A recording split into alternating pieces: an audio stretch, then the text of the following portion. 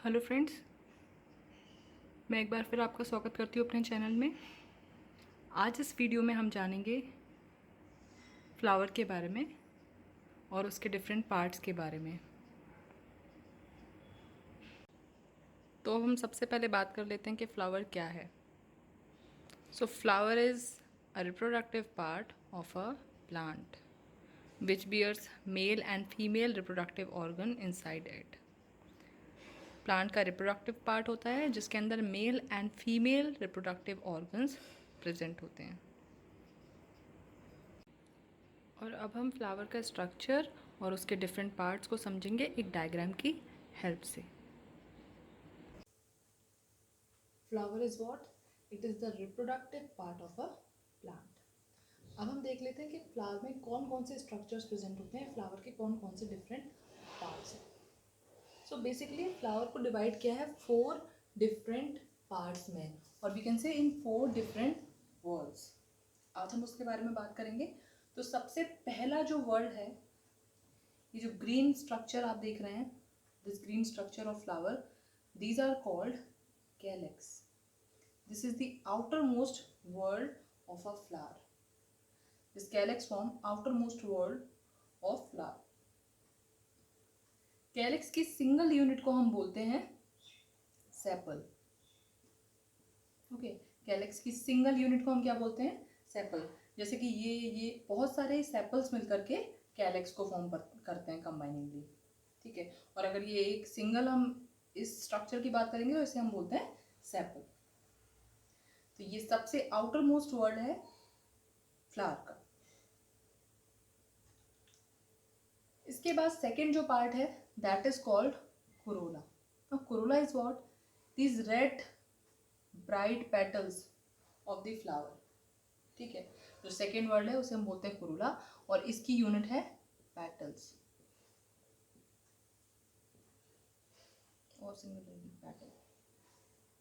ठीक है, इसकी यूनिट है petal.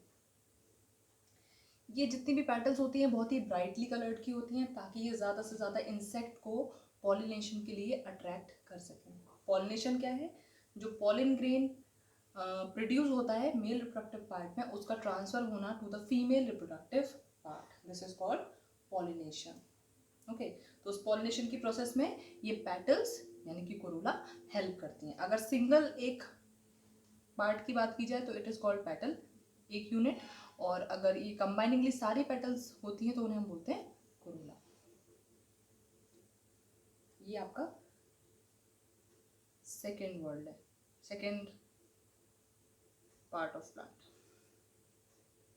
And third is androecium. This is what? Androecium. Now what is androecium? Androecium is male reproductive part of flower. Flower का male reproductive part androecium कहलाता है। Androecium की जो यूनिट है उसे हम बोलते हैं stamen.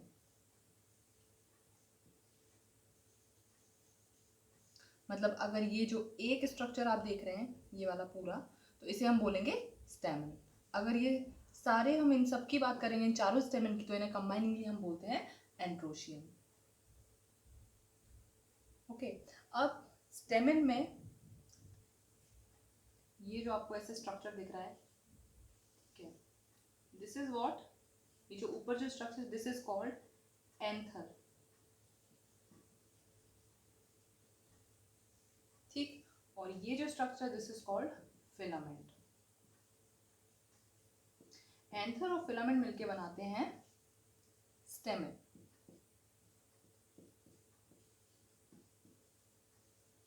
Clear? So this is called filament, this is anther, and it forms stamen, which is which is a part of or unit of androecium. अब इसके बाद हम नेक्स्ट जो पार्ट है फ्लावर का उसके बारे में बात कर लेते हैं। नेक्स्ट पार्ट है फ्लावर का gynoecium. This is the inner most wall of flower. Gynoecium क्या है? गाइनोशियम फीमेल रिप्रोडक्टिव पार्ट है। इसके अंदर सारे फीमेल रिप्रोडक्टिव पार्ट प्रेजेंट होते हैं। ठीक है, इसको हम पिस्टल भी बोलते हैं,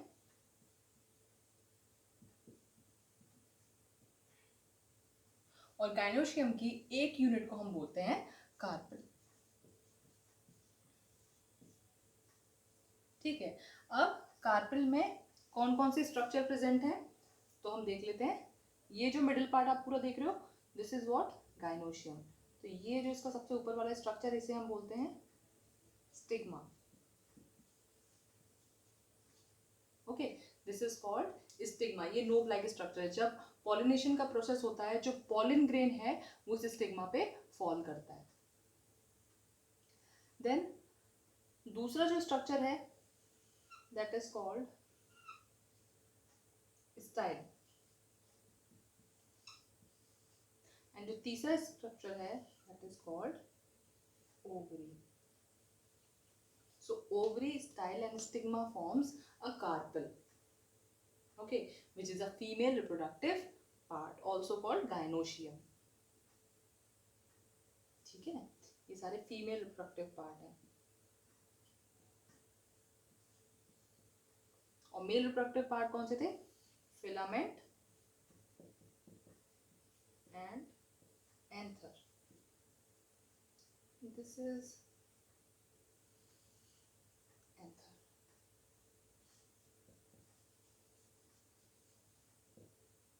ठीक है, these are the male reproductive part. Clear हो गए चारों ही पार्ट आपको?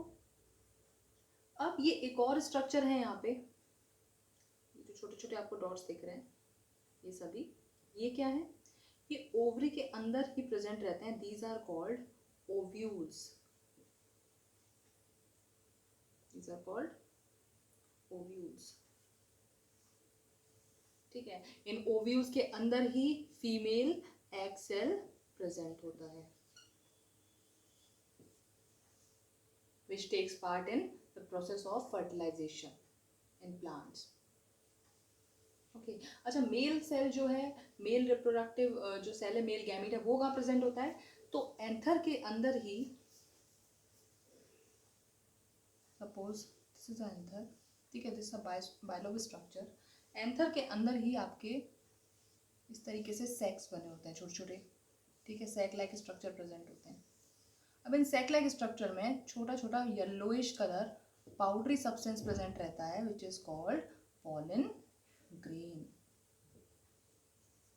ठीक है, एंथर के अंदर ही प्रेजेंट रहता है आपका पॉलन ग्रेन, और पॉलन ग्रेन के अंदर प्रेजेंट रहता है male nuclei, which takes part in the process of fertilization.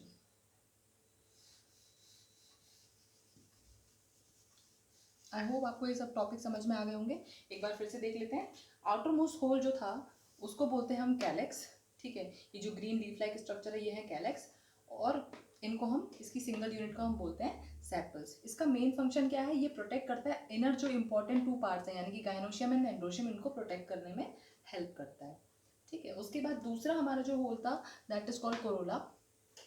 इसका क्या फंक्शन है? इसकी एक यूनिट को हम बोलते हैं पेटल, और इसका मेन फंक्शन क्या है? ये हेल्प करती है इंसेक्ट्स को अट्रैक्ट करने में। ठीक है, because they are large brightly coloured, तो ये इंसेक्ट को पॉलिनेशन के लिए अट्रैक्ट करते हैं। तीसरा हमारा जो होल था दैट इज एंड्रोशियम। एंड्रोशियम क्या है? मेल रिप्रोडक्टिव पार्ट है, जिसमें फिलामेंट प्रेजेंट है, एंथर प्रेजेंट है। एंथर और फिलामेंट से मिलकर बनता है ये। ठीक है, इसे हम स्टेमन भी बोलते हैं। उसके बाद फोर्थ जो इनर मोस्ट पार्ट है that is called gynoecium, which is also called female reproductive part of a flower. इसको हम पिस्टल भी बोलते हैं, और एक यूनिट को हम बोलते हैं कार्पेल, जो बनी है स्टिग्मा, स्टाइल और ओवरी से मिलके।